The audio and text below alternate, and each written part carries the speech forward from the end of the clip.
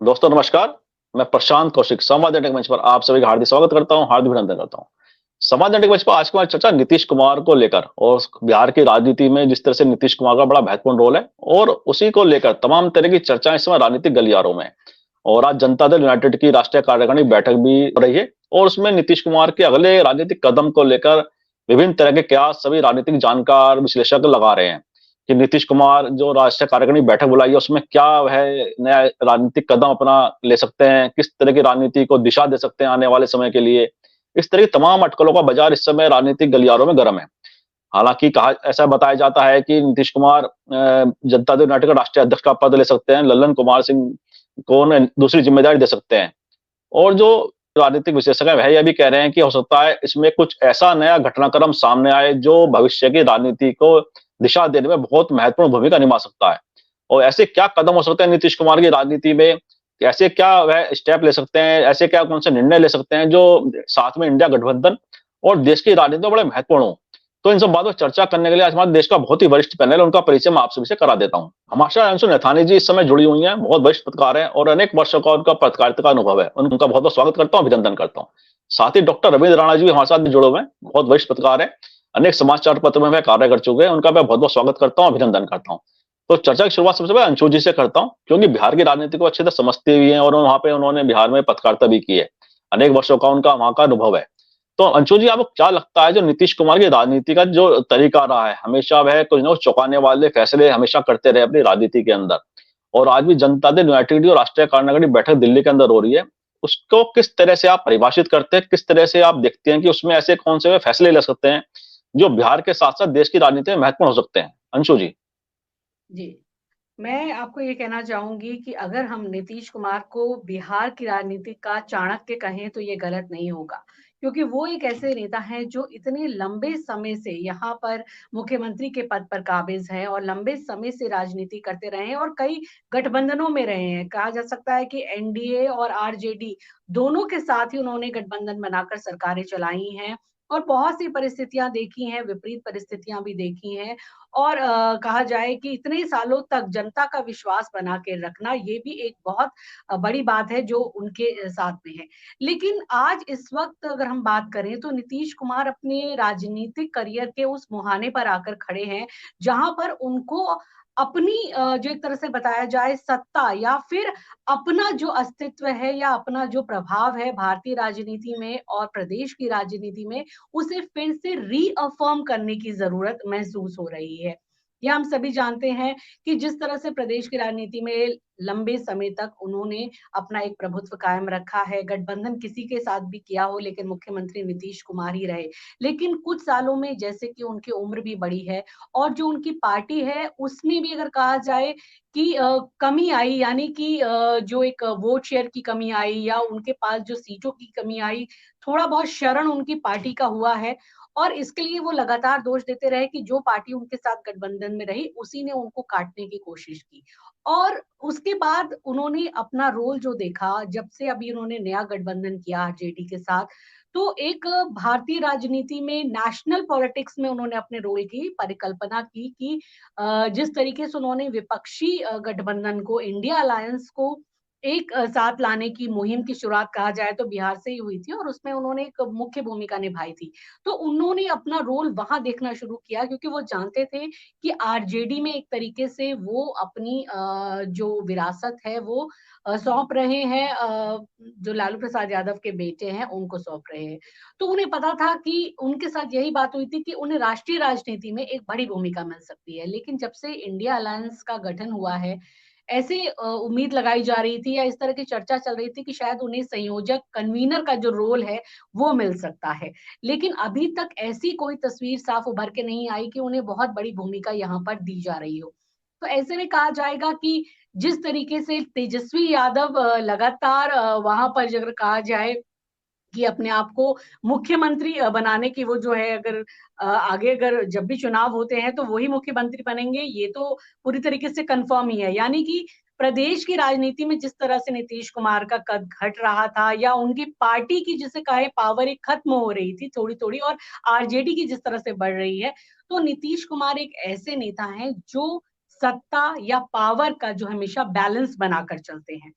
और जिस तरह से पिछले दिनों में देखा गया, ललन सिंह जो उनके पार्टी के राष्ट्रीय अध्यक्ष हैं, लंबे समय से वो उनकी पार्टी को संभाल रहे हैं, एक तरह से उनका दायां हाथ वो कहा जाते हैं, उनको भी लेकर कुछ-कुछ संशय की स्थिति बनी। कई मीडिया रिपोर्ट्स ऐसी आई कि उनकी आरजेडी से करीबी हो रही है और वो पहले भी आरजेडी में रहे थे और शायद वो अपना भविष्य आरजेडी के साथ ज़्यादा देखते हैं। तो कहीं थोड़ी ये एक संशय की तस्वीरें आई। तो मुझे जो लगता है नीतीश कुमार एक ऐसे मंझे हुए नेता हैं, ऐसे राजनीति के चाणक्य हैं, जो पावर और सत्ता की बागडोर यानी कि फैसलों का नियंत्रण हमेशा अपने हाथ में रखते हैं। जब भी उनको वो फिसलता हुआ महसूस होता है, वो कोई ना कोई बड़ा कदम ले लेते हैं, कोई ना कोई ऐसा निर्णय ले लेते हैं जिससे जो उनका सीट की रीअफ़र्मेशन है, यानी कि जो उनका स्थान है, उसका जो कद है वो बरकरार रह जाता है। हालाँकि आज वैसी स्थिति नहीं है, जैसी कुछ वर्षों पूर्व थी। तो अभी उनको बहुत सोच समझ कर चलने की बातें हैं। आज जो राष्ट्रीय कार्यकारिणी की बैठक है और 2 बजे उसमें कुछ फैसला आ सकता है और कई तरह के कयास ये भी लोग चर्चा कर रहे हैं कि नीतीश कुमार क्या वापस एनडीए में जा सकते हैं? तो मैं यहाँ पर कहना चाहूँगी मुझे ऐसा कुछ आभास नज़र नहीं आता या ऐसी कोई इसलिए नज़र नहीं आती है क्योंकि जिस तरीके से एनडीए से नीतीश कुमार हटे थे और उन्होंने यही कहा था कि एनडीए यानी बीजेपी जो है वो उनकी पार्टी को बिहार में खत्म कर रही है, खा रही है। तो अगर वो इस स्थिति में फिर दोबारा वापस एनडीए में जाते हैं तो उन्हें पता है कि मुख्यमंत्री वो अब वहाँ पे जाकर नहीं बन सकते हैं। तो उन्हें केवल 24 नहीं देखना है, 25 भी देखना है, अपनी पार्टी की स्थिति को बचाकर भी रखना है। तो मेरा जो जी, ख़्याल है बिहार के पॉलिटिक्स को देखते हुए नीतीश कुमार बहुत ही ये कम इसके परसेंटेज है कि वो वापस एनडीए में जाएँ। मुझे नहीं लगता है कि वो एनडीए में जाएँगे, लेकिन हाँ, वो इंडिया अलायंस में अपने स्थान को मजबूत करने के लिए कुछ ऐसा पावर बैलेंस करेंगे जिसमें अपने पार्टी की कमान सीधे अपने हाथ में ले सकते हैं, सारे निर्णयों को अपने हाथ में ले सकते हैं, जिससे उनका एक दबदबा जो है वो बरकरार रहे, उनकी पोजीशनिंग एक बरकरार रहे, यानी कि कहीं लग रहा है कि उनके हाथों से चीज़ें जो फिसल रही हैं, उसे वो नहीं होते देखना चाहते। तो पार्टी में भी उनका नियंत्रण बना रहे और इंडिया अलायंस में एक रिस्पेक्टफुल स्थान उन्हें मिले, जो भी कन्वीनर की भूमिका में वो खुद को चाहते हैं या अपना कुछ ऐसा स्थान चाहते हैं। तो उस लिहाज से वो कुछ ज़रूर आज एक ऐसा फैसला करेंगे जो यही नज़र आ रहा है कि वो पार्टी की कमान खुद अपने हाथ में रखेंगे, यानी वो फिर जी, जी, जी। अध्यक्ष बन सकते हैं। ललन सिंह को थोड़ा-सा साइडलाइन किया जाएगा, पर मुझे नहीं लगता कि ललन सिंह को पूरी तरीके से उनके अस्तित्व को कोई खतरा है या फिर वो पार्टी में कोई टूट होगी या ऐसा कुछ होगा। लेकिन अगर हम जी, जेडीयू जी। की बात करें तो जेडीयू में भी बहुत तरीके की स्वर हैं। कई लोग हैं जो कि नहीं चाहते कि किसी भी तरह विलय हो आरजेडी में, जेडीयू का अस्तित्व बचा रहे। कई लोग ये भी सोचते हैं कि एनडीए से गठबंधन तोड़कर ठीक नहीं किया, लेकिन अब जिस तरीके से इंडिया अलायंस में जी, जी।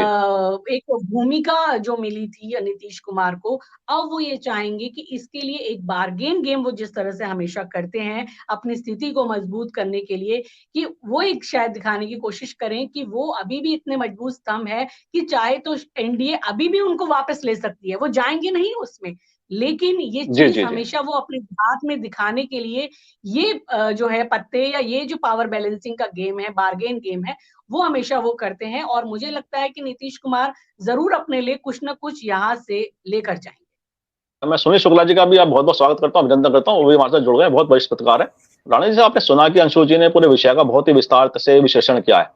अब क्या लगता है कि आज जो राष्ट्रीय कार्य की बैठक है जनता दल यूनाइटेड की, उसमें नीतीश कुमार ऐसा कहा जा रहा है कि बड़ा फैसला राजनीतिक रूप से ले सकते हैं और जो उनका इंडिया गठबंधन में रोल है, बहुत महत्वपूर्ण रोल रहा है। कहा जाता है कि इस गठबंधन निर्माता भी नीतीश कुमार हैं। तो आपको क्या लगता है कि नीतीश कुमार की जो आने वाले समय की राजनीति है, उसकी दिशा और दशा कैसी हो सकती है? क्या लगता है आपको? देखिए प्रशांत जी, नीतीश की जो पॉलिटिक्स है, जैसा अंशु जी ने कहा कि वो बिहार की राजनीति के चाणक्य हैं और वो अपने इंटरेस्ट के हिसाब से फैसले लेने में माहिर हैं, अपने हिसाब से निष्ठाएं बदलते रहते हैं सत्ता में बने रहने के लिए। तो ये काफी हद तक सही है और ये भांपना शुरू में बहुत मुश्किल होता है कि वो क्या कदम उठाने जा रहे हैं। वो सत्ता के लिए एनडीए के साथ भी जाते हैं, वो सत्ता के लिए आरजेडी के साथ भी आते हैं और लंबे समय से बिहार में बने हुए हैं इन्हीं सबके दम पर वो। और व्यक्तिगत तौर पर अगर देखें तो उनकी जो पार्टी है उसके भीतर इस समय काफी उठापटक दिखाई दे रही है। तो इंटरनल इश्यूज मुझे ज्यादा लगते हैं। मुझे लगता है कि उनकी ललन सिंह जिस मोड में इस समय हैं, तो मुझे ये भी संभावना लगती है कि शायद आज कार्यकारिणी की बैठक में ललन सिंह को हटाने का फैसला हो सकता है। हालांकि ये भी कयास लगाए जा रहे हैं कि दोबारा से कोई खिचड़ी जो है वो बीजेपी के साथ पक रही है उनकी, लेकिन मुझे इसकी गुंजाइश बहुत ज्यादा लगती नहीं है। मुझे लगता है कि शायद नीतीश इस समय तो पाला बदलने की स्थिति में नहीं है और वो बदलना भी नहीं चाहेंगे इतनी जल्दी। इसका कोई लंबा लाभ भी उनको नहीं होने जा रहा। लेकिन हमें एक बात जरूर समझनी चाहिए कि जो ये छोटे दल हैं, जो क्षेत्रीय दल हैं, उनकी अपनी सीमाएं हैं, उनकी अपनी अंदरूनी समस्याएं हैं। और अभी के जो हालात हैं देश के, उसमें छोटे राजनीतिक दलों के सामने सर्वाइवल जो है वो बड़ा मुश्किल है। अभी हम देखते हैं कि जो पिछले इलेक्शंस हुए हैं स्टेट्स में, उनके रिजल्ट्स के ट्रेंड देख लें आप, या पिछले जितने भी इलेक्शंस हुए हैं उनमें जनता का कोई खास रुझान छोटे दलों के प्रति दिखाई नहीं दिया। और मुझे ये उम्मीद लगती है, मुझे ऐसा लगता है कि आने वाला समय जो है वो कांग्रेस और भाजपा के बीच ही मुकाबले का है। मुख्य पोल तो कांग्रेस ही है। अब ऐसे में इन छोटे राजनीतिक दलों के बीच एक भारी छटपटाहट ये भी है कि वो अपना वजूद कैसे बनाए रखें। कुछ बीजेपी के साथ अलायंस में चले गए हैं, कुछ इंडिया के अलायंस में हैं। तो ऐसे में उनके भीतर एक लड़ाई तो ये चलती रहती है कि वो कैसे ज्यादा सीट ले लें, ज्यादा कैंडिडेट्स उतार लें, ज्यादा बार्गेन कर लें, सत्ता में ज्यादा हिस्सेदारी हासिल कर लें। एक लड़ाई तो उनकी अंदरूनी ये चलती रहती है। तो नीतीश कुमार हो, चाहे यूपी में अखिलेश और मायावती हो, इन सब के सामने संकट यही है कि ये जो 24 का इलेक्शन है, मुझे ऐसा लगता है कि इनके लिए बहुत डिसाइडिंग होने वाला है ये, क्योंकि इनके सामने वजूद का सवाल है, ये वजूद की लड़ाई है। और 24 के बाद जहां तक मुझे लगता है कि देश की जो पॉलिटिक्स है वो सीधे तौर पर इन्हीं दो दलों के बीच सिमटती हुई दिखाई देगी। तो इनकी ये एक राजनीतिक मजबूरी है कि ये बहुत भाग नहीं सकते हैं इधर उधर। इंडिपेंडेंट तौर पर वजूद बनाए रखना, बचाए रखना इनके लिए आर्थिक तौर पर भी बहुत मुश्किल है, पार्टी को इस तरह से चलाते रहना। तो एक अलायंस में तो मजबूती से इनको खड़ा होना ही पड़ेगा। और फिलहाल सत्ता से अगर बाहर हो जाते हैं किसी वजह से, मान लीजिए, तो जिस उम्र के जिस पड़ाव पर है नीतीश कुमार, तो बहुत संभावनाएं उनकी सियासत में अब है नहीं उस तौर पर, जो मुझे लगता है। दूसरा, इंडिया में भी इंडिया की लीडरशिप को लेकर के जिस तरह की बातें शुरू में कयास लगाए जा रहे थे कि नीतीश कुमार शायद लीड कर सकते हैं, तो मुझे लगता है उस दौड़ में भी अब वो है नहीं, उससे बाहर हैं। इसकी संभावनाएं बहुत कम बची हैं। तो वो निश्चित तौर पर उनके सामने अपनी सरकार को चलाते रहने का संकट है, बनाए रखने का संकट है, अपना वजूद नेशनल पॉलिटिक्स में वो कैसे कायम करें, इस तरह की एक चुनौती उनके सामने है। और इन्हीं सभी अंदरूनी छटपटाहट में इस तरह की चीजें हो रही हैं। उनके दल की अंदरूनी लड़ाई भी सतह पर है इस समय। और हमने ये ट्रेंड भी देखा कि छोटे राजनीतिक दलों को तोड़ने के लिए हमेशा जो सत्ताधारी दल हैं वो प्रयास करते रहते हैं, उनकी सरकारों को गिराने का प्रयास करते रहते हैं। बीजेपी तो इसमें खास तौर पे एक्सपर्ट है ही। कांग्रेस की सरकारें गिराई उन्होंने, इतने बड़े दल की मजबूत सरकारें उन्होंने गिराई। तो जो महाराष्ट्र में हमने देखा, मध्य प्रदेश में हमने देखा, राजस्थान में भी एक सीन गहलोत सरकार को गिराने का उस वक्त बनी गया था, लगभग गहलोत किसी तरह से बचा ले गए उस समय। तो बीजेपी की कोशिश तो ये है ही कि बिहार में अस्थिरता हो, नीतीश की सरकार गिरे, वो सरकार में न रहे। चूंकि बिहार मुश्किल है बीजेपी के लिए, टफ है, वहां का जो सोशल इक्वेशन है वो बीजेपी के लिए बहुत फेवरेबल नहीं है तमाम कंडीशंस के बावजूद। तो मुझे लगता है बड़े उलटफेर इस समय चल रहे हैं अंदरूनी तौर पर, और बहुत कुछ स्पष्ट हो सकेगा आज इनकी कार्यकारिणी की बैठक के बाद ही। जी प्रशांत जी। जी जी जी जी बिल्कुल ठीक कहा आपने। बहुत सारी चुनौतियां हैं, और खास तौर से आपने जैसे कहा कि जो क्षेत्रीय दल है उनके सामने स्थिति का भी संकट है। तो मैं सुनील शुक्ला जी के पास आता हूँ। सुनील जी, क्योंकि बिहार की राजनीति को वो भी जानते हैं और नीतीश कुमार की राजनीति को भी बड़े लंबे अरसे से देखते आ रहे हैं। सुनील जी, आपको क्या लगता है कि वर्तमान की जो चुनौतियां नीतीश कुमार के सामने है, चाहे वो जैसे राणा जी ने कहा अंदरूनी पार्टी की पॉलिटिक्स भी उनके सामने चुनौती है, और जिस तरह से गठबंधन को बचाए रखने के साथ ही सत्ता संघर्ष में अपने को भी प्रभावी रूप से दिखाने की, अब क्या लगता है कि आज जो राष्ट्रीय कार्यकारिणी की बैठक है, ये और जो वर्तमान जो परिदृश्य है राजनीति का, उसमें किस तरह से आप पूरे विषय को देखते हैं? धन्यवाद प्रशांत जी। जनता दल यूनाइटेड में कोई भी संघर्ष नहीं है। जनता दल यूनाइटेड नीतीश कुमार के नेतृत्व में पूरी तरह से एकजुट है। यह केवल एक नैरेटिव बनाने की कोशिश की जा रही है कि आप जो इंडिया दल समूह के एकता को लेकर के, उसकी विश्वसनीयता को लेकर के एक माहौल बनाने की ये कोशिश है।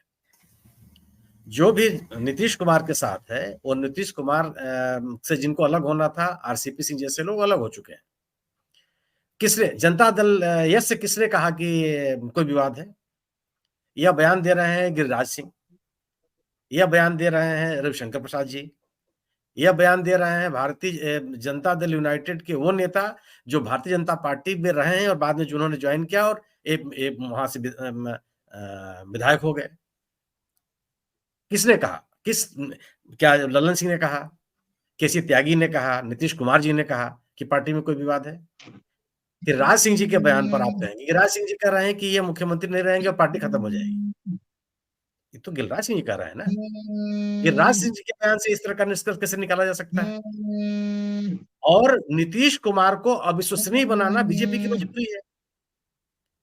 जनता दल यूनाइटेड और आरजेडी के विलय की बात कहना बीजेपी की बाध्यता।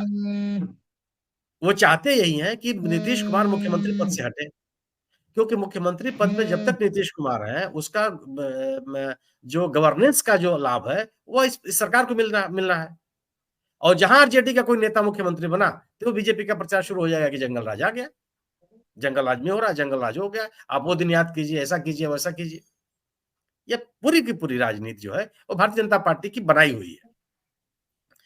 भारतीय नीतीश कुमार अपने अगर संगठन में कोई फेरबदल करते हैं तो ये तो उन्होंने कोई घोषणा की नहीं। सभी लोगों ने ये बहुत कायदे से प्रचारित किया गया कि ललन सिंह ने इस्तीफा दे दिया। ललन सिंह ने इसका खंडन किया, नीतीश कुमार जी ने खंडन किया, पार्टी ने खंडन किया और तमाम 3 दिन से चलता रहा कि उन्होंने इस्तीफा दे दिया, इस्तीफा दे दिया, इस्तीफा दे दी। ऐसी बात तो है ही नहीं। पार्टी में ये बात, और ललन सिंह का यह बयान आया हुआ है कि वह पद से मुक्त होना चाहते हैं बहुत पहले। वो चाहते हैं कि लोकसभा चुनाव के मद्देनजर मुंगेर जो उनका लोकसभा क्षेत्र है उस पर अपने आप को कंसंट्रेट करें और राज्य के निश्चय में कंसंट्रेट करें। उन्होंने खुद बयान दिया। जातीय जनगणना की राजनीति को आगे करने के बाद जनता दल यूनाइटेड और खासतौर से नीतीश कुमार जी की कोशिश है कि अपने पार्टी संगठन में भी इसको प्रदर्शित करें। और अगर रामनाथ ठाकुर को अगर अपनी पार्टी का अध्यक्ष बनाते हैं तो ये बड़ा ट्रम्प कार्ड है। रामनाथ ठाकुर कौन है? रामनाथ ठाकुर कर्पूरी ठाकुर के बेटे हैं। कर्पूरी ठाकुर कौन है?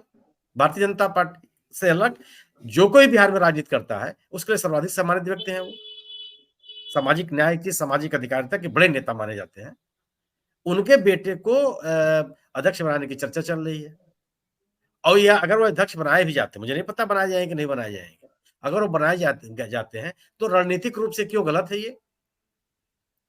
जिस राजनीति का समर्थन कर रही है भारतीय जनता दल यूनाइटेड, अगर उसको अपने संगठन में लागू करती है तो यह तो उसका प्लस पॉइंट होना चाहिए ना। उससे उसके मतदाता संतुष्ट होते नहीं है। सवाल ये नहीं है, केवल एक ये अब है क्या, आप जब से विपक्षी दलों की एकता की बात शुरू की है नीतीश कुमार ने, या जब से उन्होंने भारतीय जनता पार्टी को सत्ता से बाहर किया है बिहार में, तब से उनको विश्वसनीय बनाने की बात की जा रही है। आज चले जाएंगे, कल चले जाएंगे, अभी जा रहे हैं, तभी जा रहे हैं, लगातार ये बात कही जा रही है। कोई ऐसा दिन नहीं गुजरता जिससे क्यों चले जाएंगे। अच्छा, मैं मान लेता हूं कि वो चले जाएंगे, तो आप मुझे कोई बता दे क्यों चले जाएंगे। अगर आप कहीं जाते हैं तो उसका कोई ना कोई आपको लाभ मिलना चाहिए ना। राजनीतिक लाभ के लिए तो आप जाएंगे। क्यों नीतीश कुमार आज क्यों चले जाएंगे एनडीए में? अगर वो मुख्यमंत्री बने रहना चाहते हैं तो मुख्यमंत्री आज भी है। प्रधानमंत्री वहां बन नहीं सकते जाकर के। एनडीए के कोऑर्डिनेटर को कोई बनाएगा नहीं। राष्ट्रपति उपराष्ट्रपति का पद खाली नहीं है। क्या करेंगे जाकर वहां? पिछली तीसरी चौथी पांचवी लाइन में बैठने के लिए जाएंगे? क्या नीतीश कुमार जैसा नेता इस तरह का निर्णय ले सकता है? कोई राजनीतिक फायदा मुझे बताए कि एनडीए में जाने से नीतीश कुमार को यह राजनीतिक फायदा हो जाएगा। जो पार्टी उनके ऊपर छेड़खानी का आरोप लगा रही है उस पार्टी में आप उनको भेजने में लगे हुए हैं कि नहीं साहब जा रहे हैं बीजेपी में। अभी तो सुशील मोदी ने उनके ऊपर आरोप लगाया ना, एक महिला एंकर के छिड़काने का आरोप लगाया उन्होंने। एक पार्टी उसके ऊपर आरोप लगा रही है और आप बैठ के चर्चा कर रहे हैं कि वो तो जाने वाले एनडीए में। तो क्यों जाएगा कोई? हमको कोई राजनीतिक फायदा बता दे, मैं भी मान लूंगा। और अगर वह इंडिया दल समूह में है, तो इंडिया दल समूह में पहली पंक्ति के नेता है। गैर भाजपा राजनीति करने के इस देश के गिने चुने चेहरों में से उनका नाम है। सांप्रदायिकता के खिलाफ राजनीति करने वालों में उनकी एक पहचान है। बीजेपी के सत्ता में रह करके भी उन्होंने सांप्रदायिकता की राजनीति तो की नहीं। बिहार में कोई ये नहीं कह सकता कि बीजेपी के एजेंडे को उन्होंने लागू करने में कोई मदद की हो। यह केवल और केवल जनता दल यूनाइटेड को अविश्वसनीय बनाने की कोशिश और कोशिश क्यों है कि जनता दल यूनाइटेड के साथ जो जुड़ा हुआ मतदाता है वो किसक के बीजेपी में चला जाए। क्योंकि ऐसे लोग हैं बिहार में जो आरजेडी का समर्थन नहीं करते, लेकिन वो जेडीयू का समर्थन करते हैं, जेडीयू को नहीं छोड़ने के लिए तैयार है।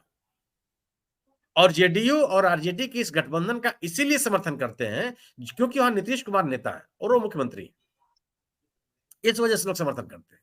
बीजेपी रोज चाहती है कि नीतीश कुमार इस्तीफा दे दें और आरजेडी का नेता कोई मुख्यमंत्री बन जाए। और जिस दिन यह घटना हुई, आप देख लीजिएगा बिहार में क्या प्रचार चलेगा बीजेपी का। जिस राज्य की जनता ने पिछले विधानसभा चुनाव में आरजेडी को सिंगल लार्जेस्ट पार्टी बनाया, सबसे बड़ा दल, उस पार्टी के खिलाफ बीजेपी का प्रचार क्या है कि जंगल राज है। जंगल राज आप तय करेंगे क्यों? जनता तय करेगी। जनता ने तो माना नहीं ना, उनको सजा हुई, लालू जी सजा भोग भी रहे हैं, लेकिन वहां के लोगों ने अब तो खड़ी हो गई आरजेडी के साथ। तो मेरा अपना मानना है कि इंडिया दल समूह में भी कोई संघर्ष नहीं है और जेडीयू में भी कोई संघर्ष नहीं है। यह केवल और केवल एक भारतीय जनता पार्टी के द्वारा प्रायोजित अभियान है। हाँ, अगर नीतीश कुमार कह रहे हैं, ललन सिंह कह रहे हैं कि साहब हमको हटाया जा रहा है, मेरी नाराजगी है, मैं मान लेता हूं, या जेडीयू के किसी जिम्मेदार नेता का बयान हो कि साहब वहां संघर्ष चल रहा है, मुझे स्वीकार करने में कोई दिक्कत नहीं होगी, हम आप सभी स्वीकार करेंगे। लेकिन उनके विरोधी दल के नेता के बयान के आधार पर यह निष्कर्ष निकालना और इस तरह की चर्चा करना मुझे नहीं लगता कि कोई तर्कसंगत है, ये बेईमानी है। क्यों? और नीतीश कुमार आज जिस अभियान, सवाल है बीजेपी के सामने क्या चुनौती है कि इंडिया दल समूह की राजनीति को विश्वसनीय बनाइए। आप उनकी राजनीति को, उनके संगठन को, उनके नेताओं को विश्वसनीय बनाइए, क्योंकि इंडिया दल समूह ने जो चुनौतियां खड़ी की हैं उसका कोई जवाब तो है नहीं। जिस ध्रुवीकरण की राजनीति बीजेपी करती है, उस ध्रुवीकरण की राजनीति का काट इंडिया दल समूह ने, खासतौर से नीतीश कुमार ने पैदा किया। वो सशक्तिकरण की राजनीति है, वो जाति जनगणना की राजनीति है। और उस जाति जनगणना उन्होंने कराया ही नहीं, उन्होंने विधानसभा से पारित भी करा दिया। अब सवर्णों को, अवर्णों को, पिछड़ों को, दलितों को, जो आर्थिक रूप से विपन्न है, उनको, जिनको आर्थिक सहायता देनी है, आरक्षण देना, उस तरह के उन्होंने कानून पारित कराए विधानसभा से। ये तो ध्रुवीकरण की राजनीति का इससे बड़ा काट क्या हो सकता है? और यह बेचैनी है। बीजेपी की बेचैनी क्या है कि बिहार में नीतीश कुमार के कद का एक नेता नहीं है। कद छोड़ दीजिए, उनके कमर के बराबर कोई नेता नहीं है बीजेपी का जो उनकी चुनौती दे ले, उसका कोई चेहरा हो, उसकी कोई अपील हो। तो आप इस मुकाम को कैसे हासिल कर सकते हैं सिवाय इसके कि आप नीतीश कुमार पे हमला करें, उनको अविश्वसनीय बनाएं? क्या जब आप भारतीय जनता पार्टी के सुशील मोदी का बड़ा सम्मान मैं करता हूं निजी तौर पर और बड़ा गंभीर नेता मानता हूं, वह नीतीश कुमार जैसे नेता पर छेड़खानी का आरोप लगा दें। जिस महिला को उन्होंने के साथ छेड़खानी का आरोप लगा रहे हैं, उसने कुछ नहीं कहा, उसने कहा तो मुझे आशीर्वाद दिया उन्होंने। उस महिला एंकर, जो सम्मानित महिला एंकर है उस राज्य की, उनके पति ने कहा कि नहीं कोई छिड़काई नहीं हुई है, समस्या सुशील मोदी जी को है। तो है केवल और केवल, ये केवल एक तरह का प्रायोजित अभियान है नीतीश कुमार के खिलाफ और नीतीश कुमार के माध्यम से इंडिया दल समूह के खिलाफ। क्या ये आप सोचिए कि एक तरफ पूरी तरह से भारतीय जनता पार्टी माहौल बनाए हुए है अयोध्या में राम मंदिर के उद्घाटन का, प्राण प्रतिष्ठा का, और दूसरी तरफ इंडिया दल समूह कह रहा है कि हम 14 जनवरी से पदयात्रा निकालेंगे। ये सामान्य राजनीतिक निर्णय है? इसको आप यूं ही खारिज कर देंगे? और अगर इस तरह की चुनौती भारतीय जनता पार्टी तो ही नैरेटिव बनाने की कोशिश की कि पूरा देश राममय हो जाएगा, हम ये करेंगे, हम वो करेंगे। उसके खिलाफ एक राजनीतिक मुहिम अगर इंडिया दल समूह तैयार कर रहा है तो उसके इनके पास विकल्प क्या है कि आप इन नेताओं को अविश्वसनीय बनाने का क्या प्रयास करें? मेरी अपनी समझ है कि जब तक कि जनता दल यूनाइटेड के जिम्मेदार लोग कुछ नहीं करते हैं, उनकी तरफ से कोई बात नहीं आती है, कहीं से भी ये बात नहीं आई। 2 जो स्थानीय विधायक प्रशांत जी, कौन व्यक्ति ये कह रहा है, इस बात पे भी चिंतन किया जाना चाहिए। गिरिराज सिंह जी ने कहा, क्या उनकी बात को जनता दल यूनाइटेड के बारे में ऑथेंटिक बयान माना जाए? एक दूसरे पिंटू साहब एक विधायक जी हैं, जो आज जेडीयू के आज विधायक हैं। वो बीजेपी के नेता रहे हैं। पिछले चुनाव में जब उनकी सीट जेडीयू के खाते में चली गई, तो जेडीयू में शामिल हो गए। अब उनको उम्मीदवार बनाया जेडीयू ने। वो भी अधिकृत प्रवक्ता नहीं है उनके बीजेपी के, जेडीयू के, उनका बयान चल रहा है। एक महतो साहब है कोई, मंडल साहब, उनका बयान चल रहा है। जी। कौन कह रहा है? ये बात तो महत्वपूर्ण होनी चाहिए ना, उसके बिना पर तो कोई आप निष्कर्ष निकालेंगे। मेरा अपना मानना है कि जेडीयू में कोई इस तरह के का सांगठनिक संघर्ष नहीं है। होगा तो उसका समाधान करेंगे वो। और यह पूरी की पूरी कोशिश नीतीश कुमार और नीतीश कुमार के माध्यम से इंडिया दल समूह पर अविश्वसनीय बनाने का एक प्रयास है, भारतीय जनता पार्टी का संगठनात्मक प्रयास है, जो अपने तरीके से वो करना चाहती है। जी। जी, जी, बिल्कुल ठीक कहा आपने कि भ्रामक प्रचार है और हम भी इस डिबेट में ऐसा कोई नैरेटिव नहीं बना रहे हैं कि नीतीश कुमार एनडीए में जा सकते हैं।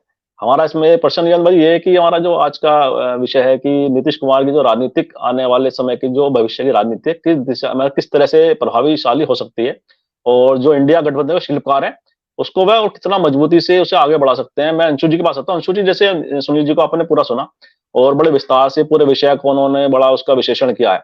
अब क्या लगता है जो नीतीश कुमार की राजनीति को देखें, पिछले 30, 35, 40 साल की अगर राजनीति को उनका ट्रेंड समझें और अनेक वर्षों से वह गठबंधन की राजनीति में एक नेतृत्व कर रहे हैं बिहार के अंदर, चाहे वो बीजेपी के साथ रहो, चाहे आरजेडी के साथ रहो। ये उनकी खासियत हमने देखी है इस दौरान की, जो उनका वोटर है, जो उनका मतदाता, उनका समर्थक, वह उसे शिफ्ट कर लेता है पूरी तरह से उसी गठबंधन में जिसमें वह जाते हैं। थोड़ा बहुत बिखराव तो होता है, लेकिन ऐसा बड़ा कोई मेजर उन्हें कोई लॉस नहीं हुआ है उनका मतदाता वर्ग का जो उनसे छिटकाव। तो ये जो खूबी है नीतीश कुमार की, वो कौन-सी ऐसी खूबी है उनके पास जो जो उनका समर्थक वर्ग है, जो मतदाता वर्ग है, उनके हर राजनीतिक निर्णय में उनके साथ रहता है और चाहे वो गठबंधन एनडीए के साथ हो या आरजेडी के साथ हो या कांग्रेस के साथ हो। ऐसा क्या उनके अंदर विशेषता है? देखिए, अगर हम नीतीश कुमार के लंबे राजनीतिक जीवन की बात करते हैं, तो जिस तरह की उन्होंने पॉलिटिक्स की है, बिहार में उन्होंने पिछड़ों की पॉलिटिक्स को अगर कहा जाए, लालू यादव के साथ-साथ नीतीश कुमार ने भी पिछड़ों की पॉलिटिक्स को एकदम सामने लाया है, उसको फ़ोरफ्रंट पे लाया है और पिछड़ा ही नहीं, उसमें अति पिछड़ा और अन्य कई जातियों को उन्होंने स्थान देने की कोशिश की है। और इसके अलावा अगर कहा जाए कि मुस्लिम हितों का अगर अपने प्रदेश में किसी ने बहुत ज़्यादा ख़्याल रखा है, तो उसमें लालू प्रसाद यादव की तो बात होती है, लेकिन नीतीश कुमार के कंट्रीब्यूशन को कम करके नहीं देखा जा सकता। यहाँ तक कि तो कई बार बीजेपी या इस तरह से आरोप भी लगा देते हैं कि बिहार में तो जो है वो मुस्लिम समाज को कुछ ज़्यादा ही प्रिविलेज मिला है या उनके ध्यान देते हुए, उनके त्योहारों को ध्यान देते हुए ज़्यादा चीज़ें की जाती हैं। कभी इस तरह से नीतीश कुमार पर वो आरोप भी लगाते हैं। तो मेरा ये कहना है कि जो वोटर नीतीश कुमार के साथ जुड़ा रहा है लंबे समय से, उनके हितों का ध्यान नीतीश कुमार ने हमेशा रखा है। उसके लिए उन्होंने इस तरह के कानून बनाए हैं, प्रावधान बनाए हैं और उनका जो भी सांस्कृतिक, कल्चरल, सोशल अपलिफ्टमेंट उन्होंने करने की हमेशा कोशिश की है। ये देखा गया है और साथ ही आपको मैं बताऊँ कि महिलाओं में भी एक बहुत बड़ा, जो ये बात कर रहे थे वो महिला एंकर या इस तरह की बातें, तो मैं आपको बता दूँ कि महिला जो मतदाता है उसका एक बड़ा वर्ग जो नीतीश कुमार के साथ है, क्योंकि महिलाओं के लिए भी नीतीश कुमार ने बहुत कुछ किया है राज्य में। तो यहाँ हम जो है वो चीज़ें सिर्फ़ बोलने बताने की बातें नहीं, उनको हम कागज़ों में देखेंगे कुछ जिस तरह के उन्होंने कानून बनाए। अगर हम पुलिस भर्ती की बात करेंगे तो उन्होंने बहुत ज़्यादा उसमें महिलाओं को स्थान दिया है। सबसे पहले बिहार ही था, उन्होंने नौकरियों में महिलाओं के आरक्षण को बढ़ाया, महिलाओं के आरक्षण की हमेशा पैरवी की है नीतीश कुमार ने। तो जिन वर्गों का उन्होंने समर्थन लिया है, उन वर्गों के लिए उन्होंने काम भी किया है। उन्होंने कहा कि शराबबंदी की तो महिलाओं के कहने पर की, या जिस तरह के उन्होंने कानून बनाए या जातीय जनगणना की, या जो पिछड़ा, अति पिछड़ा दलित वर्ग समाज है, उनको जिस तरह से वो लेकर चलते हैं, तो ज़ाहिर-सी बात है वो जानते हैं कि नीतीश कुमार के होते हुए हम अपने आप को यहाँ संरक्षित या सुरक्षित महसूस कर सकते हैं। और नीतीश कुमार की एक जो सेक्युलर छवि है, वो उन्होंने दिनों-दिन मजबूत की है, चाहे सही बात है बीजेपी के साथ भी रहते हुए उन्होंने उस बात से कोई कॉम्प्रोमाइज़ नहीं किया। लेकिन सबसे जो नेगेटिव बात है, जो अगर कहा जाए कि नीतीश कुमार के उनकी एक तरीके के कद को जो या उनके पावर को जो कम कर रही है, वो ये बात उनकी पार्टी के अंदर ही अंतरकलह होना थोड़ी बहुत, और दूसरी बात ये कि नीतीश कुमार के बाद जेडीयू में कौन? ये कहीं पर भी स्पष्ट नहीं हो पा रहा है। यानी कि आरजेडी में एक विरासत का जो प्रश्न है पूरी तरीके से हल कर लिया गया है, यानी कि लालू प्रसाद यादव के बाद तेजस्वी यादव हैं और अच्छे से कमान संभाल रहे हैं। लेकिन जेडीयू में नीतीश कुमार के बाद कौन है, ये प्रश्न का अभी तक उत्तर सामने नहीं आया है। जब तक नीतीश कुमार हैं, जेडीयू इंटैक्ट है, जेडीयू चल रही है, जेडीयू चलती रहेगी। लेकिन नीतीश कुमार के बाद या नीतीश कुमार का विकल्प क्या है जेडीयू में, ये भी कोई नहीं है। ये भी एक बहुत बड़ा प्रश्न है, आप इस बात को ये जान लीजिए। तो ये एक समस्या नीतीश कुमार के आगे बहुत ज़्यादा है। अपनी पार्टी को संगठित करके चलना, उनकी पार्टी में कोई टूट-फूट ना हो, इस तरह की दिक्कत ना हो, वो अभी उनके सामने बहुत बड़ा प्रश्न है। क्योंकि सब जानते हैं कि आरजेडी जिस तरीके से अपनी विरासत के प्रश्न को उन्होंने बहुत अच्छे से सँभाला है, और जिस तरीके से उनके पास भी एक बहुत बड़ा वोट बैंक है और उनका भी एक इंटैक्ट वोट बैंक है। तो जेडीयू के भी कई ऐसे नेता हैं जो अभी सोच रहे होंगे कि उनका भविष्य कहाँ ज़्यादा सुनिश्चित होता है 4 या 5 साल के बाद। क्योंकि नीतीश कुमार अब अपनी राजनीति के एक अंतिम पड़ाव में है और वो राष्ट्रीय राजनीति में अपना एक स्थान चाहते हैं। उनकी महत्वाकांक्षा तो हालाँकि अभी भी कम नहीं हुई है। वो ज़रूर चाहते हैं कि राष्ट्रीय राजनीति के फलक में उनको एक महत्वपूर्ण स्थान मिले, चाहे वो इंडियन अलायंस के कन्वीनर के रूप में मिले या भविष्य में राष्ट्रपति, उपराष्ट्रपति, जो भी वो भूमिका अपने बारे में सोचते हो, वो ज़रूर चाहते हैं कि जो उनके राजनीतिक करियर का जो एक तरीके से समापन है, वो भी इसी तरीके से बहुत ही शानदार तरीके से हो, यानी कि सत्ता से वो कभी पदच्युत नहीं रहना चाहते। आपने ये देखा होगा चाहे कोई गठबंधन रहे, सीटें कम रहें, ज़्यादा रहें, मुख्यमंत्री तो नीतीश कुमार ही इतने सालों से बने हुए हैं। लेकिन अब वो जानते हैं कि आने वाले चुनावों में ना वो मुख्यमंत्री रह सकते हैं और ना उनकी पार्टी, अगर वो नहीं होते हैं तो उतने संगठित नहीं रह पाएगी। तो मुझे लग रहा है अभी वो पार्टी की पूरी बागडोर अपने हाथ में लेंगे और इंडिया अलायंस में अपनी स्थिति को मजबूत करने के लिए वो एक कुछ बार्गेन गेम ज़रूर चलेंगे। लेकिन वो इंडिया अलायंस को छोड़ेंगे ऐसा कतई मैं नहीं देख रही हूँ, और ना ही ऐसा हो सकता है, और ना ही इसको करने से उनको कोई फ़ायदा होता हुआ नज़र आ रहा है। मुझे लग रहा है अभी वो थोड़ी वेट एंड वॉच की स्थिति में भी चलेंगे। कांग्रेस जो इंडिया अलायंस का सबसे बड़ा दल है, वो जानते हैं कि कांग्रेस बहुत सारी बातों को, चीज़ों को तय करेगी। कांग्रेस उनके लिए क्या भूमिका सोच रही है, या कांग्रेस से उनको क्या आश्वासन मिलते हैं, या इंडिया अलायंस में उनकी भूमिका किस तरह से आगे शेप लेती है, ये बहुत बड़ी एक बात होगी कि कांग्रेस किस तरह से उनकी भूमिका को प्रेज़ेंट करती है या पेश कर पाती है। यहाँ पर सही बात है, बीजेपी तो हमेशा अपने मौके की तलाश में रहती ही है। अभी बिहार में एक सर्वे किया गया है जिसमें दिखाया जा रहा है कि बीजेपी की बहुत ज़्यादा वहाँ पर अग्रणी भूमिका नहीं है, या एक बहुत ज़्यादा उनके साथ एक वोट बैंक नहीं है, उनका भी वोट बैंक छिटक रहा है या कमी आ रही है, एक सर्वे एक बता रहा है, तो उनकी भी अपनी वहाँ पर चिंताएँ हैं। क्योंकि जब वहाँ पर बीजेपी के बड़े नेता वहाँ पर पहुँचते हैं, अमित शाह को इस तरह से कहना पड़ता है कि जो नीतीश कुमार हैं, जिस तरह से वो अभी इस अलायंस में हैं या आरजेडी के साथ हैं, वो पानी और तेल का मिलन है। यानी कि वो स्वाभाविक उनका अलायंस नहीं है आरजेडी। वो कहते हैं कि स्वाभाविक अलायंस तो उनका एनडीए के साथ था। यानी कहीं न कहीं से बीजेपी एक हमेशा मौका तलाशती है कि किसी तरीके से कुछ भी षड्यंत्रों के तरीके से या इस तरह की बातें करके आरजेडी और जेडीयू के बीच में हमेशा एक खटास रहे या रिश्तों में एक प्रॉब्लम क्रिएट हो, ये बीजेपी की हमेशा कोशिश रहती है। लेकिन ये भी सबको पता है और नीतीश कुमार को भी अच्छी तरह पता है कि अब वापस एनडीए में जाकर या बीजेपी में जाकर उनको कुछ भी ऐसा खास हासिल नहीं होने वाला है। ना तो उनको अब मुख्यमंत्री का वहाँ पर पद मिलेगा, और अगर बात करें लोकसभा चुनावों की भी, तो वहाँ उस तरह की सीट शेयरिंग अब उनको नहीं मिल सकती है, या उस तरह का उनका जो प्रभुत्व है वो नहीं रह सकता। तो मुझे नहीं लगता कि उनको एनडीए में अपना कोई बहुत ज्यादा भविष्य नजर आ रहा होगा। लेकिन यहाँ पर ये हमेशा दिखाना चाहते हैं नीतीश कुमार की मेरे पास हमेशा दोनों हाथों में लड्डू रहते हैं, मुझे हर जगह पसंद किया जाता है, या लोग मेरे लिए वहां भी अभी दरवाजा खोल सकते हैं। तो ये एक बारगेन उनका पोजीशन हो सकता है, जो इंडिया अलायंस जी, में जी। उन एक महती भूमिका दिलवाने के लिए उनका एक बारगेन गेम जरूर हो सकता है। और नीतीश कुमार ऐसे नेता हैं जिनकी महत्वाकांक्षाएं अभी भी हैं, और राष्ट्रीय राजनीति में वो जरूर अपना एक ऊंचा कद चाहते हैं।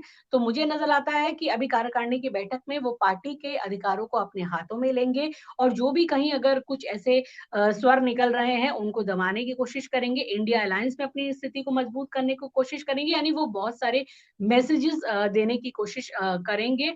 और गाहे बगाहे अगर कहा जाए कि एनडीए को भी वो जरूर कुछ मैसेज देने की कोशिश करेंगे, लेकिन एनडीए के साथ वो नहीं जाने वाले हैं, मेरा आकलन यही जी। कहता है। जी, जी, जी, जी। बिल्कुल ठीक कहा आपने कि कहीं न कहीं जो उनका संदेश राजनीतिक संदेश देने में वह आज की कार्यकारिणी की बैठक का पूरे उपयोग करेंगे। मैं डॉक्टर रविंद्र राणा जी के पास आता हूँ। रविंद्र राणा जी से आपने पूरा सुना, सुनील जी को भी और अंशु जी को भी। लबो-लुबा बातचीत का ये है कि जो नीतीश कुमार की जो राजनीति है, वह आज इस मुकाम पे है कि उनके पास ज़्यादा ऑप्शन की ऐसा कोई विकल्प उनके पास नहीं कि एनडीए में जाएँ, क्योंकि सारा जो राजनीतिक आज जो केंद्रित है, वो इंडिया गठबंधन के साथ उनकी मुख्य रूप से है। और जो कहा जा रहा है कि उत्तर प्रदेश के अंदर भी नीतीश कुमार बड़ी भूमिका निभा सकते हैं। कि नीतीश कुमार को लोकसभा चुनाव यूपी से लड़ने की बात की जाती है। कहा जा रहा है कि वह यूपी से अगर चुनाव लड़ते हैं, तो एक बहुत बड़ा एक फैक्टर वह राजनीतिक रूप से यूपी में बन सकते हैं। क्या लगता है आपको? देखिए प्रशांत जी, जो भरोसे का सवाल है, साख का सवाल है, वो कहीं यूं ही खड़ा नहीं हो जाता। पुराना हम अतीत जब देखते हैं नेताओं का, राजनीतिक दलों का, और खास तौर पर क्षेत्रीय दलों का, तो वो बहुत विश्वसनीय है नहीं। वो अपनी निष्ठाएं, जैसा कि अंशु जी ने कहा, मैं उनसे एग्री करता हूं कि नीतीश जी हमेशा लालायित रहते हैं सत्ता में बने रहने के लिए। वर्तमान परिस्थितियों में भी अगर उनको लगता है कि सत्ता में बने रहने के लिए कहीं पाला बदलने की जरूरत है, तो मुझे लगता है वो देर नहीं लगाएंगे। लेकिन मैं शुक्ला जी की इस बात से भी एग्री करता हूं कि कंडीशंस उनके लिए बहुत फेवरेबल हैं नहीं, बहुत स्पेस इतना बचा नहीं है कि वो बहुत उछल कूद करें और बहुत बाहर चले जाएं। तो मुझे लगता है कि बार्गेनिंग टैक्टिक्स के तहत तो वो काम कर ही रहे हैं। उनको अब एनडीए में, इंडिया में जिस तरह की उम्मीदें शुरू में की जा रही थी, जिस तरह के कयास शुरू में लगाए जा रहे थे कि मेन फेस वही हो सकते हैं, वो संभावनाएं तो बची नहीं है। तो नीतीश भी ये जरूर समझते हैं। तो उनकी कोशिश कहीं ना कहीं ये है कि वो बार्गेनिंग कैपेसिटी को स्ट्रोंग रखें। और दूसरा, जो पार्टी के भीतर अंतर्विरोध का सवाल है, तो कोई भी राजनीतिक पार्टी आमतौर पर ये खुद से नहीं कहती है कि उनके भीतर सब कुछ ठीक नहीं चल रहा है। बीजेपी में भी सब कुछ ठीक नहीं चल रहा है। जो उनकी, वो तो सबसे बड़ी पार्टी बताते हैं, दुनिया का सबसे बड़ा संगठन बताते हैं, अपना सत्ता में भी है, लगातार 10 साल से जीत भी रहे हैं बहुत सारे इलेक्शंस, बहुत पावरफुली सत्ता चला भी रहे हैं, लेकिन उनके यहाँ भी भीतर सब कुछ ठीक नहीं चल रहा है। इंटरनल कंट्राडिक्शंस हर एक पार्टी में होते ही हैं, और वो स्वाभाविक हैं। नेताओं की निजी महत्वाकांक्षाएं होती हैं। दूसरा, वो अपने भविष्य के हिसाब से फैसले भी लेते हैं, निष्ठाएं बदलते हैं, पाला बदलते हैं। राजनीतिक विचारधाराओं का कोई बहुत महत्व तो रह नहीं गया है। तो मुझे लगता है कि ये कहना कि जेडीयू में सब कुछ ठीक चल रहा है, मैं इससे एग्री नहीं करता हूँ। कुछ ना कुछ हलचल जरूर है भीतर, और वो उस हलचल के नतीजे क्या होंगे, चूंकि देखिए इंटरनल फोर्स इंपॉर्टेंट तो है, लेकिन जो बाहरी फोर्सेस हैं वो भी बहुत इंपॉर्टेंट होती हैं। बीजेपी लगातार ये कोशिश कर रही है हर एक स्टेट में कि जो क्षेत्रीय दल हैं वो इंडिया के साथ अलायंस में कम से कम जाएं। बीच बीच में ये भी सवाल आते हैं कि लोग ईडी से, सीबीआई से डरे हुए हैं, एजेंसीज से डरे हुए हैं, एजेंसीज के दुरुपयोग की बातें सामने आती हैं, और तथ्य भी हैं उस तरह के। हम देख ही रहे हैं किस तरह से एजेंसीज का इस्तेमाल हो रहा है। तो कब किस क्षेत्रीय दल के बड़े नेता को एजेंसीज की गिरफ्त में लेकर के किस तरफ धकेल दिया जाएगा, या वो किस तरफ चला जाएगा, ये चुनाव से पहले बहुत कुछ अगले 2-3 महीनों में हम देखेंगे। अभी भी हम देखते हैं, कई बार ये कहा जाता है कि साहब कई राजनीतिक पार्टियां और हैं, बड़ी क्षेत्रीय पार्टियां जो इंडिया के साथ आएंगी, लेकिन वो इलेक्शन के टाइम पे आएंगी, करीब आने पे चूंकि पहले से आ जाएंगी, तो एजेंसी का दुरुपयोग करके उनके ऊपर शिकंजा कसा जा सकता है, उनके जो आर्थिक स्रोत हैं वो काटे जा सकते हैं, कईयों को जेल की धमकी, उनके खिलाफ जांच की बातें, सब चलता ही रहता है सियासत में। बहुत तेजी से चल रहा है, हाल के सालों में बहुत तेज हुआ है। तो मैं इसको मतलब अनिश्चितताओं का खेल मानता हूं सियासत को। मुझे लगता है कि इसमें कोई बहुत 100% कंफर्म नहीं होता कि नीतीश नहीं जाएंगे, बिल्कुल नहीं जाएंगे, कहीं नहीं जाएंगे। मैं इससे एग्री नहीं करता हूं। नीतीश नेता हैं और नेता के लिए सत्ता महत्वपूर्ण होती है। कहा भी जाता है कि 5 साल की सत्ता 100 साल के संगठन पे भारी होती है। अगर कल ऐसे हालात बनते हैं और नीतीश को लगता है कि पाला बदलने से ही उनकी सत्ता बरकरार रह सकती है, उनको ज्यादा बेनिफिट्स हो सकते हैं, तो निश्चित तौर पर वो पाला बदल जाएंगे। उनकी विश्वसनीयता संदेह पर जो संदेह है वो हाल के कुछ महीनों में जरूर बढ़ा है। मैं इससे एग्री करता हूं कि बीजेपी लगातार ये नैरेटिव गढ़ने की कोशिश कर रही है कि जो क्षेत्रीय दल हैं जो इंडिया के साथ हैं वो उनकी विश्वसनीयता को संदेह में डाले।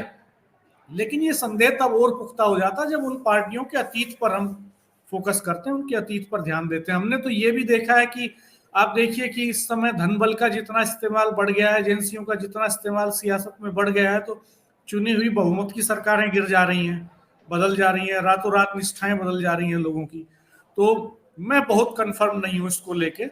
मुझे लगता है कि अभी 2-3 महीने में बहुत उठापटक होने वाली है, बहुत दल बदल होने वाला है।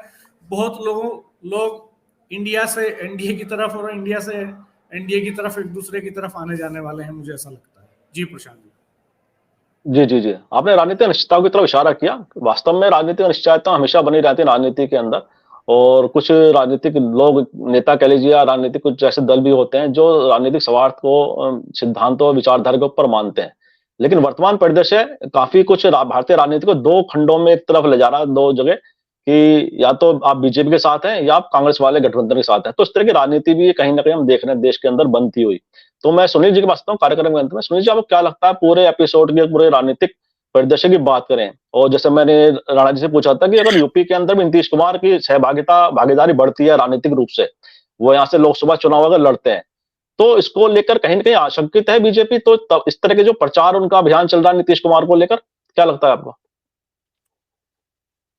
देखिए, उत्तर प्रदेश में अगर नीतीश कुमार सक्रिय होते हैं तो उसका लाभ इंडिया दल समूह को होगा। जो बैकवर्ड हैं या अति पिछड़े हैं, वह जो अभी बीजेपी के साथ है या उससे जुड़े हुए दो दल बीजेपी का समर्थन कर रहे हैं, उनमें हलचल होगी। पिछड़ों के आज सर्वाधिक प्रतिष्ठित नेता हैं नीतीश कुमार जी। बिहार में उन्होंने पाले बदले हैं, इसमें कोई दो राय नहीं है।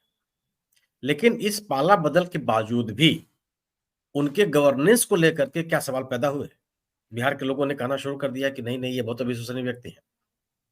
अंशु जी ने कहा कि वो पिछड़ों की राजनीति करते रहे हैं और लोगों को अधिकार देने की बात करते रहे हैं, और वो राजनीति तब से कर रहे हैं जब से वो लालू यादव की सरकार को सत्ता से बाहर किया था।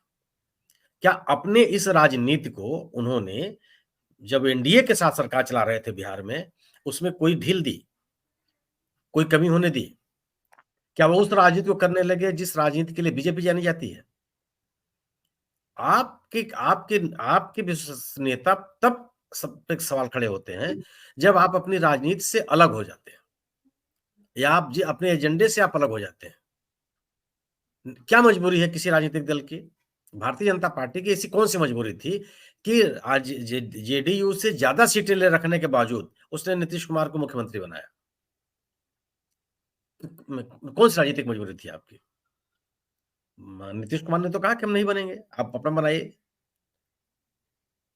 सवाल है कि नीतीश कुमार की जो विश्वसनीयता है, उस विश्वसनीयता पे कोई आंच नहीं आई, या पलटू राम की और खेमा बदल देने की बात यह भी भारतीय जनता पार्टी के द्वारा चलाई गई है। आपके ऊपर असर पड़ता है, आपका असर तब पड़ता है जब आप दल बदल करके अपने जो आपका जो अपना एजेंडा है, जो आपकी राजनीति करने का तरीका है, उससे आप अलग हो जाए, उसको आप छोड़ दें। नीतीश कुमार ने तो नहीं किया। सुशासन का जो आरोप जो उनके ऊपर में एक विशेषण उनको मिलता रहा, उससे अलग तो नहीं हुए। आज भी लाख कोशिशों के बावजूद उनके ऊपर कोई आर्थिक भ्रष्टाचार का आरोप तो लगा नहीं, 17-18 साल मुख्यमंत्री रहने के बावजूद। कोई अगर एक पैसे की बेईमानी साबित हो जाती अब तक, तो बीजेपी पता नहीं क्या से क्या कर देती इनको। नीतीश कुमार जो है, नीतीश कुमार की इंडिया दल समूह के गठन की प्रक्रिया क्यों तेज हो गई? कि राजनीतिक दलों में नीतीश कुमार की एक विश्वसनीयता है। और उस विश्वसनीयता के कारण लोग एक दूसरे से मिलते चले गए और इतना बड़ा विपक्षी एकता का इतना बड़ा समूह खड़ा हो गया। इंडिया दल समूह में कोई ऐसा नेता, ऐसी पार्टी नहीं है ना, 28 पार्टियों का यह गठबंधन है जिसमें 11 राज्यों में इनकी सरकार है, अपने बूते सरकार है, जोड़ तोड़ के सरकार नहीं बनी है। और 38 राज्यों में जो सरकार, 38 दलों का जो गठबंधन है एनडीए, उसमें सबसे बड़ी पार्टी बीजेपी है और बाकी जो पार्टियां हैं, अधिकांश पार्टियां इनका कहीं कोई प्रतिनिधित्व तो नहीं है या दूसरे दलों से टूट करके आए हुए लोग हैं। तो एक एक एक एक एक एक बड़ा गठबंधन है ये। नीतीश कुमार की उपयोगिता विपक्ष की राजनीति में बहुत जबरदस्त है और आम लोग जो सामाजिक न्याय की राजनीति करना चाहते हैं, उनके बीच नीतीश कुमार की एक प्रतिष्ठा है, एक विश्वसनीयता उनकी है। वह आज गैर भाजपा राजनीति का एक प्रमुख चेहरा है। ये सामान्य बात, जब उन्होंने एनडीए से अपना नाता तोड़ा था और आरजेडी के साथ उन्होंने मिलकर के सरकार बनाई, तो सामान्य घटना नहीं थी। और अगर विश्वसनीयता का सवाल ना होता तो अब तक नीतीश कुमार खारिज कर दिए गए होते। वो स्थिति तो बनी नहीं। मेरा अपना मानना यह है कि नीतीश कुमार की जो सक्रियता है, वह सक्रियता भारतीय जनता पार्टी को बेचैन करती है। और भारतीय जनता पार्टी की बेचैनी केवल इसलिए है कि उनकी सक्रियता की वजह से इंडिया दल समूह की जो विश्वसनीयता है वो भी बरकरार है, खासतौर से हिंदी बेल्ट में, या सामाजिक न्याय की राजनीति करने की जो बात इंडिया दल समूह करता है, उस एजेंडे को लेकर के लोगों की विश्वसनीयता बनी हुई है। जो बातें अंशु जी ने कही कि जो उन्होंने महिलाओं को अधिकार दिए, पिछड़ों के सबसे बड़े नेता थे लालू जी, दलितों के सबसे बड़े नेता थे रामविलास पासवान जी, अति दलित अति पिछड़े, उन्होंने नए टर्म दिए और लोगों को अलग करके अपनी राजनीति को मजबूत किया। और उस दिन दो बड़े प्रमुख नेताओं की मौजूदगी में भी उन्होंने अपनी सत्ता स्थापित की और कोई व्यक्ति उनसे हटना नहीं चाहता। आज उस सरकार में रह करके भी आरजेडी के साथ सरकार चला रही, आरजेडी के खिलाफ कितने हमले हैं बीजेपी के, लगातार हमले चल रहे हैं, लेकिन वो हमला उस गवर्नेंस को लेकर के नीतीश कुमार के ऊपर हमले नहीं हो पाते। केवल ये बीजेपी ये चाहती है कि इस सरकार से नीतीश कुमार हट जाए और सरकार से नीतीश कुमार के हटने वो बीजेपी का आक्रमण शुरू होगा, जिसके आप कल्पना नहीं कर सकते, जो उनका प्रचार का तरीका है बीजेपी का। मेरा अपना मानना यह है कि नीतीश कुमार की यह सक्रियता, इंडिया दल समूह में उनका बने रहना, यह एक भारतीय जनता पार्टी की बिहार में एक बड़ी चुनौती है, क्योंकि उसको स्थान नहीं मिल पा रहा है वहां। और आरजेडी, कांग्रेस, जेडीयू और वामपंथियों का जो महागठबंधन है, उसमें कोई स्थान नहीं मिल पा रहा है भारतीय जनता पार्टी को आगे बढ़ने। जो उनके जितने भी तौर तरीके हैं काम करने के, जो भी हथकंडे हैं, वो कारगर नहीं हो पा रहे हैं। मैं राणा जी की इस बात से सहमत हूं कि कोई भी राजनीतिक दल ऐसा नहीं होता जिसमें संघर्ष न होते हो, जिसमें आपसी मतभेद न होते हो। लोकतांत्रिक संगठनों का ही गुण है, होना भी चाहिए। लेकिन उनको लेकर के यह निष्कर्ष निकाल लेना कि उसमें टूट होने जा रही है, फलां नेता ये अलग होने जा रहा है, चाहे वो अलग होने जा रहा है, यह तो बहुत तर्कसंगत नहीं है। टूट की बात जो कही जा रही है, या आरजेडी और जेडीयू का विलय हो जाएगा, इस तरह की बातें जो कही जा रही है, हो सकता है कि विलय हो जाए। लेकिन आज इस बात को हवा देने का मतलब बिहार की सरकार के ऊपर हमला, नीतीश आज सरकार में रहने के बावजूद भी जो विश्वसनीयता इस सरकार की है, एंटी इनकम्बेंसी का वो माहौल नहीं बन पा रहा है, वो केवल और केवल नीतीश कुमार की अपनी छवि है। ये सरकार नेतृत्व बदलते ही देखिए किस तरह की स्थिति बन जाएगी। तो मेरा अपना मानना यह है कि अभी ये जो अभियान चल रहा है बीजेपी जेडीयू के संगठन को लेकर के, वो एक तरह का नैरेटिव बनाने की कोशिश है और यह बिहार में यह स्थापित करने की कोशिश है, ये बात की आरजेडी का मतलब फिर आप पुराने दिनों को याद दिलाना, क्या था, कैसे था, क्या हो गया, उन चीजों को नैरेटिव में ला देना, विमर्श में ला देना, यह बीजेपी की कोशिश है। और मुझे लगता है कि ये नहीं होने वाला। बीजेपी कम से कम चुनाव तक तो कम से कम नेतृत्व परिवर्तन की स्थिति नहीं बनती है। यह जरूर है, सही बात है, अंशु जी की बात एक गंभीर विषय है कि आरजेडी का जेडीयू का नीतीश कुमार के बाद क्या होगा। अरे तो आज थोड़ी स्थिति पैदा हो रही है, और रामनाथ ठाकुर जैसे नेताओं को आगे लाने की जो कोशिश है, ये उसी की भरपाई है। उसी को अब लोग सामने रखना है कि जिस पिछड़ेपन की, जिस सामाजिक न्याय की राजनीति के लिए हम जाने जाते हैं, उसको हम आगे रखेंगे। और जनता दल यूनाइटेड की जो राजनीति है वो चलती रहेगी। सवाल केवल इस बात का है। तो मेरा अपना मानना है कि ये अभी नीतीश कुमार पर हमला जो है बीजेपी का, या इस तरह की राजनीति, इस तरह की बातें करके नीतीश कुमार को अविश्वसनीय बनाने की ही कोशिश है, इसके अलावा कुछ नहीं है। और अभी भी इंडिया दल समूह में, क्योंकि अगर हम उनकी महत्वाकांक्षाएं की हम लोग बात करते हैं, तो वो महत्वाकांक्षाएं तो इंडिया दल समूह में रहेगी, पूरी हो सकती हैं। बीजेपी तो उनको कुछ बनाने नहीं जा रही है। क्या संभव है कि नीतीश कुमार उनको स्वीकार कर लेगी और कह देगी नहीं नहीं आप आइए और हमारे पार्टी का अध्यक्ष बन जाइए? संभव है ये? उनके नेता क्या करेंगे? तो आप एक विपक्ष में होना, सत्ता में न होकर के भी आप एक राजनीति के अगुवा हैं देश में, एक किसी राजनीतिक दल के लिए कम प्रतिष्ठा की बात होती है क्या? चौथी पांचवी लाइन में आप बैठे रहे, कोई पूछने वाला आपको न हो, क्या नीतीश कुमार जैसे नेता ये स्वीकार कर लेंगे? मुझे तो नहीं लगता। तो आज जो भी अगर उनके राजनीतिक महत्वाकांक्षी नेता बने रहना, अपनी राजनीति को आगे बढ़ाते हुए दिखाई पड़ना, यह भी किसी राजनेता की आकांक्षा हो सकती है। और वो मुझे लगता है कि वो इंडिया दल समूह में ही पूरी हो सकती है नीतीश कुमार जी की, और इंडिया में संभव नहीं है। जी जी, बिल्कुल ठीक कहा आपने कि जो राजनीतिक जो प्रभुत्ता उनकी हमेशा रही है, प्रभाव रहा है, वो वर्तमान समय में केवल इंडिया गठबंधन के साथ ही उनका दिखाई देता है। और इसी शब्दों के साथ आज की चर्चा को विराम भी देते हैं। और जिस तरह से आपने पूरे विषय को बड़ा सारगर्भित तरह से उसका विश्लेषण किया है, मुझे विश्वास है कि हमारे दर्शकों को चर्चा जरूर पसंद आएगी। और मैं आज मेरी चर्चा में भाग लेने के लिए हमारे जो पैनलिस्ट हैं, सुनील शुक्ला जी, अंशु जी और डॉक्टर रविंद्र राणा जी का आभार व्यक्त करता हूँ कि उन्होंने हमारे दर्शकों के लिए समय निकाला और बहुत ही सार्थक चर्चा आज हमारे दर्शकों के लिए प्रस्तुत की। बहुत बहुत आपका मैं धन्यवाद और अभिनंदन करता हूँ।